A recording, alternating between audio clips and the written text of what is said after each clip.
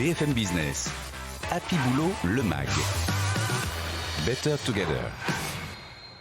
Nous allons maintenant parler de diversité au pluriel, avec deux personnes. La première, c'est Anthony Babkin. Bonjour Anthony. Bonjour Lorraine. Merci d'être avec nous. Vous êtes le cofondateur de Diversity Days, une association française d'égalité des chances dans le numérique. Et nous sommes avec un investisseur, Benoît Grossman. Bonjour Benoît. Bonjour. Vous êtes membre du comité exécutif d'Euraseo. Vous êtes particulièrement en charge de ce qu'on appelle du venture et du growth. Avec vous, on va zoomer, vous l'aurez compris, sur la tech. On va se demander si le secteur de la technologie en France a des bonnes pratiques à partager avec nous en termes de diversité en entreprise. Alors d'abord, Anthony, petit exercice de définition. Qu'est-ce que c'est les diversités ? Une définition complexe parce que chacun a la sienne. En revanche, si on reste dans le cadre de l'entreprise, moi j'aime bien rappeler qu'il y a 25 critères aujourd'hui de discrimination en France. Ça peut être lié à son origine sociale, géographique, ethnique, culturelle, on peut en ajouter d'autres. L'âge, le genre en font partie. Et donc finalement, c'est comment on fait de cette diversité quelque chose qui au boulot est vécu comme quelque chose de positif, donc qui inclut et qui n'exclut pas, parce que la différence de l'inclusion, c'est l'exclusion. Donc j'aime bien opposer ces deux mots pour rappeler aussi ce qu'est une politique d'inclusion, et c'est de faire en sorte que aujourd'hui, à minima, l'entreprise ne soit pas discriminante et discriminatoire, et encore plus qu'elle inclut ces diversités-là. Ça veut dire proactivement, est-ce qu'on est sûr qu'il y a une équité salariale entre les hommes et les femmes ? Est-ce qu'on est sûr pour une personne en situation de handicap qu'elle a toutes ses chances et que son emploi est accessible ? Est-ce qu'on fait en sorte qu'aujourd'hui, parce qu'on est identifié comme une personne LGBTQIA+, on ne va pas être discriminé sur la base de ses orientations ? Voilà, c'est tout ce que l'entreprise va faire proactivement pour que la personne se sente à sa place et bien dans son job. Benoît, vous êtes à la tête d'un énorme fonds d'investissement. Vous avez plus de 30 milliards sous gestion, 500 entreprises dans votre portefeuille. Qu'est-ce que c'est la diversité dans votre portefeuille chez Euraseo ?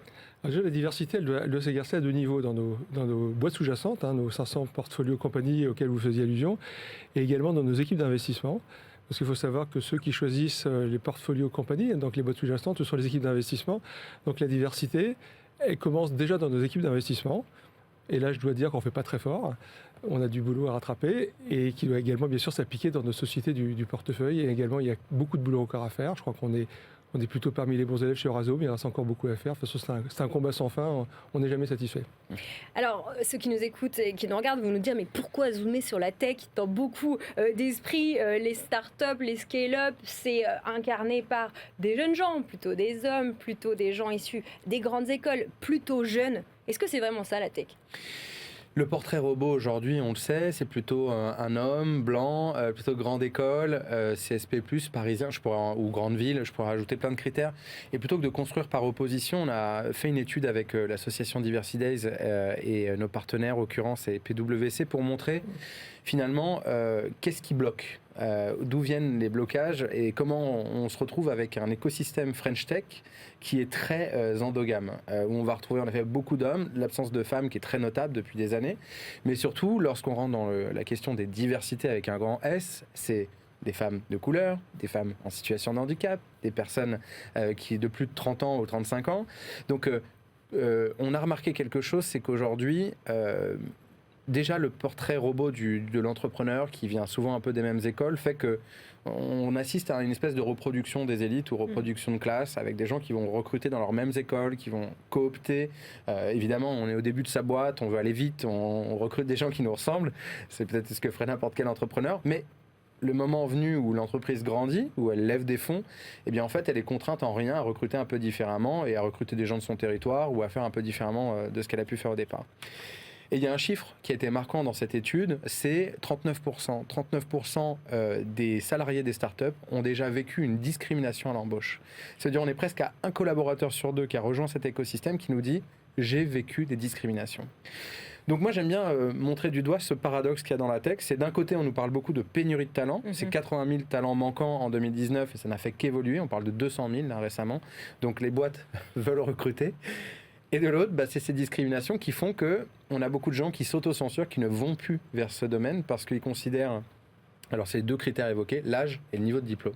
C'est ça les 2 premiers freins. C'est les 2 freins identifiés, ce qui peut se comprendre aisément. On a plus de 45, on arrive dans un écosystème où la moyenne d'âge, c'est entre 20 et 30 ans. Je rappelle qu'on est senior à Pôle emploi à 45 ans. Ça Exactement. aide pas non plus. La seniorité commence trop tôt en France et on ne sait plus reconnaître, on va dire, les expertises et les expériences après 45 ans, considérant que vous n'avez plus l'âge, vous êtes has-been, vous n'avez plus le temps, enfin peu importe, j'ai entendu des choses dans l'écosystème tech parfois qui m'ont rendu dingue. Donc plutôt que de se plaindre, on a créé un mouvement qui s'appelle Take Your Place pour aider les boîtes et avec le soutien des fonds pour aller plus loin, pour permettre à des gens différents de rentrer dans cet écosystème. Benoît, parlons business d'un point de vue d'investisseur. Pourquoi est-ce que ça vaut le coup de pousser la diversité ? Financièrement, parlons vraiment matériellement. Qu'est-ce que ça change d'avoir des équipes diversifiées ? Alors déjà, je crois qu'il y a des statistiques qui ont montré que les sociétés qui étaient plus diverses performaient beaucoup mieux, parce que la diversité, c'est une source de richesse, c'est une banalité ce que je dis, mais c'est toujours bien de le dire. Et je crois qu'une des plus grandes freins aujourd'hui, c'est la culture du jeunisme qui existe dans nos startups. C'est juste effrayant. Dit autrement, la moyenne d'âge, elle est toujours capée par l'âge du CEO. Alors sachant que le CEO, donc le fondateur, ils sont bien sûr de plus en plus jeunes, donc ça donne un espèce de cap. Et moi, je suis surpris, on n'est même pas senior à partir de 45 ans. À 35 ans, beaucoup de gens ont du mal à se retrouver dans l'environnement startup. Et moi, juste pour une petite anecdote, c'est important les anecdotes, je faisais la réflexion il n'y a pas si longtemps que ça, un fondateur de start-up auquel je disais ça serait bien d'embaucher un peu des gens un peu plus seniors. Il m'a répondu l'expérience, c'est l'intelligence des cons. Il faut quand même me la sortir, celle-là. Voilà. Vous avez mis des billes, cette boîte ? Non.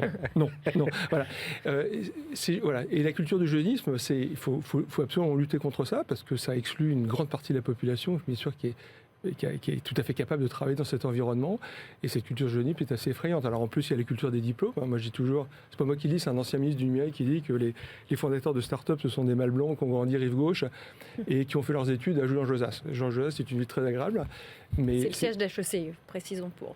Oui, note de la rédaction. Voilà. Alors, bon, c'est terrible ce que vous dites, mais je suis sûre que ceux qui nous écoutent se reconnaissent. Sans être cliché, qu'est-ce qu'on pourrait évangéliser comme bonne pratique ? Soyons concrets dans vous, tout ce que vous avez vu depuis 2017, Anthony. Ouais. Qu'est-ce qui peut être fait pour augmenter cette diversité concrètement, sans bullshit, sans être dans les clichés. Mais merci déjà de commencer par ce morceau-là, parce qu'à chaque fois on se dit quelles sont les solutions, parce que le constat maintenant on le fait tous. Il y a maintenant 2 ans avec la Fondation Mosaïque, on s'est dit allions nos forces pour aider des talents très divers à aller vers ces métiers-là, et surtout pour accompagner ces boîtes qui malheureusement aujourd'hui n'ont pas pris en main ces pratiques de diversité et d'inclusion. Et donc c'est en cela qu'on a créé le mouvement Take Your Place, donc avec le soutien des fonds. 12 fonds nous ont apporté leur soutien récemment en prenant des engagements concrets. Take Your Place, c'est quoi ? Je le vois un peu comme une espèce de grosse boîte à outils. En fait, on y adhère pendant 1 an. Donc, on est une boîte tech, on est un fonds, on est une entreprise tech en pleine croissance ou au tout début. Et l'objectif, c'est, pendant ces 1 an d'adhésion, plein de choses. La première, faire un bilan. C'est-à-dire un bilan chiffré, ce qu'on appelle, nous, une empreinte diversité, avec des plateformes comme Mixity ou MeNewToo, qui sont des plateformes avec lesquelles on travaille. L'objectif, c'est poser un constat de départ, comme un mini-audit. Où est-ce qu'on en est sur nos enjeux de diversité et inclusion ? À quoi ressemble notre entreprise ? Qu'est-ce qui manque dans notre boîte ? Deuxième chose, changer les pratiques en formant abondamment les gens. Il faut former les managers, il faut former les intermédiaires, il faut former le top exécutif aussi. Reposer le cadre réglementaire, c'est quoi l'égalité femmes-hommes, et surtout qu'on a réussi à faire évoluer le cadre réglementaire. Oui, il commence à y avoir pas mal d'outils dans la boîte à outils en fait. Exactement, et le Next 40 French Tech 120 s'est doté de nouveaux critères, donc ça c'est un super point fort de notre action. Le Next 40 et French Tech 120, pour en faire partie, maintenant n'importe quelle boîte devra faire son empreinte, donc l'index égalité femmes-hommes, et devra aussi remplir des critères de diversité et d'inclusion. Donc on mesure, on forme, on passe à l'action aussi avec des experts qui sont recommandés par notre réseau Take Your Place, et ensuite on rencontre des candidats différents sur la base de critères sociaux, comme c'est très bien le faire Mosaïque, en ayant des talents des quartiers aux zones rurales, ou en travaillant par exemple avec une plateforme, nous comme Hello Handicap, donc qui est une plateforme de recrutement avec plein de talents en situation de handicap. L'objectif, c'est ouvrir les vannes, et surtout si on ne le fait pas en changeant pas un peu les règles du jeu, ça ne fonctionnera pas.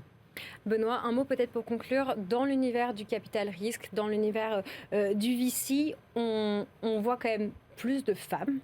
Est-ce que vous avez une note positive sur laquelle conclure? On sait, les réseaux d'entrepreneurs, on le voit à BFM Business, tous nos start-upers, ils sont tous dans des groupes WhatsApp où il n'y a que des hommes dedans. Quand on voit les fonds qui font des dîners à Paris, en semaine, c'est souvent que des jeunes gens, des hommes. Est-ce que néanmoins, on peut dire qu'au moins côté diversité homme-femme, ça va un peu mieux par rapport au début de la French Tech, par rapport au début de France Digital où vous avez aussi un rôle? Oui, alors on est parti de très très très bas, donc on a plus qu'améliorer. Alors ça prend toujours un petit peu de temps, on ne va pas passer à la gender parity parfaite 50-50 quand on devait partir d'un 1% à 99. Donc le 50-50, il ne faut pas se lever la face, ça prendra un certain temps. Mais je crois que ce qui est important, c'est le chemin pour y arriver. Comme on dit, la dérivée est importante et on est dans le bon chemin. Et puis je crois que beaucoup de fonds ont fait beaucoup de progrès. Toujours pareil, on mesure également. C'est une charte qui avait été lancée il y a quelques années, Sista, c'est de promouvoir l'égalité homme-femme au niveau de l'entrepreneuriat. On a fait beaucoup de progrès, il reste encore beaucoup à faire. On est très fiers, chez Razo, c'est toujours un sujet qui nous a beaucoup préoccupés.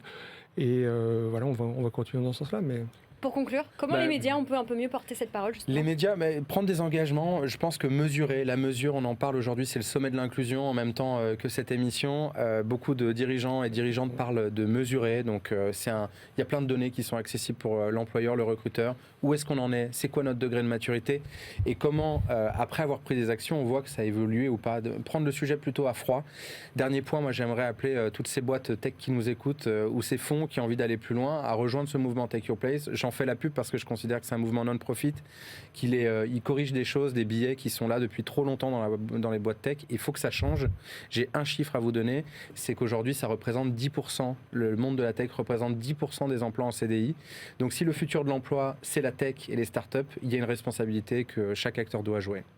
Voilà, les startups françaises, l'inclusion et la diversité. On a essayé de faire un petit tour d'horizon en 10 minutes. Merci beaucoup Anthony Babkin, fondateur de Diversity Days. Et merci Benoît Grossman de Razeo et aussi de France Digital.